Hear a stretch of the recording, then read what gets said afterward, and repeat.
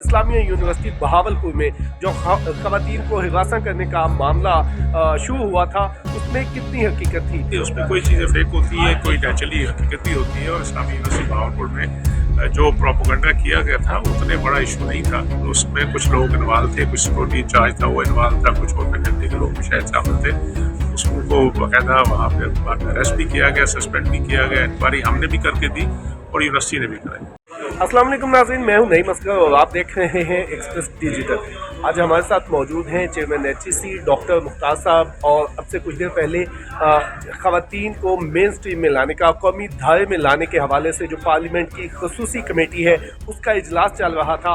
उस इजलास में सवाल हुआ है कि इस्लामिया यूनिवर्सिटी बहावलपुर में जो ख़वातीन को हिरासा करने का मामला शुरू हुआ था, उसमें कितनी हकीकत थी। तो चेयरमैन HEC डॉक्टर मुख्तार साहब ने उस हवाले से क्या बताया है, डॉक्टर मुख्तार साहब की ज़ुबानी ही सुनते हैं। डॉक्टर साहब, कितनी हकीकत थी इस जो स्कैंडल है उसमें? बिस्मिल्लाहिर्रहमानिर्रहीम। ये स्पेसिफिकली बहावलपुर यूनिवर्सिटी के बारे में सवाल नहीं था, जनरली था कि सोशल मीडिया पे जो आती है चीज़ें इस तरह की हरासमेंट के बारे में, और फिर उसकी एग्जांपल एक यूनिवर्सिटी का भी दी गई, उसी की बहावलपुर की।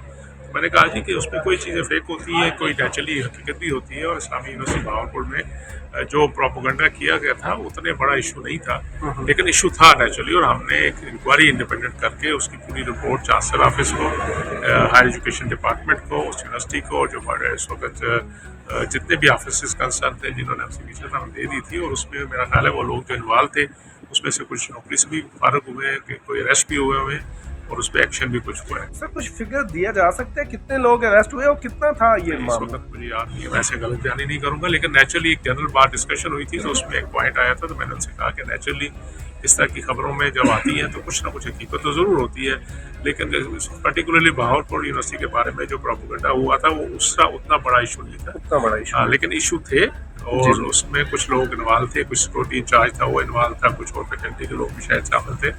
उसको बाकायदा वहाँ पे बाद में अरेस्ट भी किया गया, सस्पेंड भी किया गया। इंक्वायरी हमने भी करके दी और यूनिवर्सिटी ने भी कराई। Thank you very much. Doctor Mukhtar साहब हमारे साथ मौजूद थे। उनका ये कहना था कि सोशल मीडिया पे जब इस तरह के कोई इश्यूज आते हैं तो उसमें कुछ ना कुछ हकीकत होती है। जी।